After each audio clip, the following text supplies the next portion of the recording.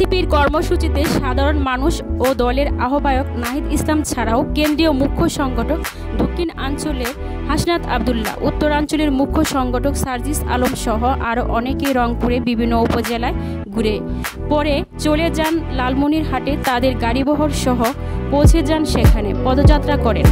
তারা বলেন, দেশের 64 জেলায় পর্যায়ক্রমে জুলাই পদযাত্রা পালন করবে এনসিপি। পরে সেখানে নাহিদ ইসলাম বক্তব্য রাখেন।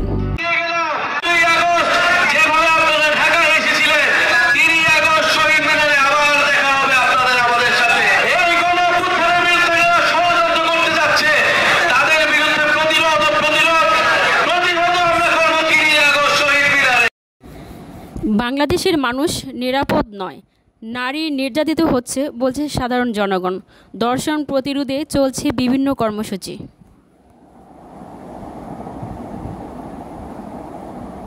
ঘরের ভিতরে দরজা ভেঙে নারী ধর্ষিত হচ্ছে, রাস্তায় নারী ধর্ষিত হচ্ছে, শিশু বাচ্চাও মুক্তি পাচ্ছে না।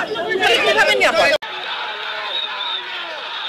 মঙ্গলবার 2 দফায় পুলিশের হামলায় লাঠিচার্জে 10 থেকে 15 জন আহত হওয়ার ঘটনায় পটিয়া থানার ওসি প্রত্যাহারের দাবিতে বৈষম্য বিরোধী ছাত্ররা ব্লকেট কর্মসূচি পালন করে এবং চট্টগ্রামে মহাসড়ক বড় জ্যামের সৃষ্টি হয়। এতে বহু যানবাহন আটকে থাকে, মানুষের ভোগান্তি তৈরি হয়। চট্টগ্রামের ডিআইজি বলেন, কথায় কথায় আন্দোলন কতটা যৌক্তিক তা বিবেচনা করতে হবে।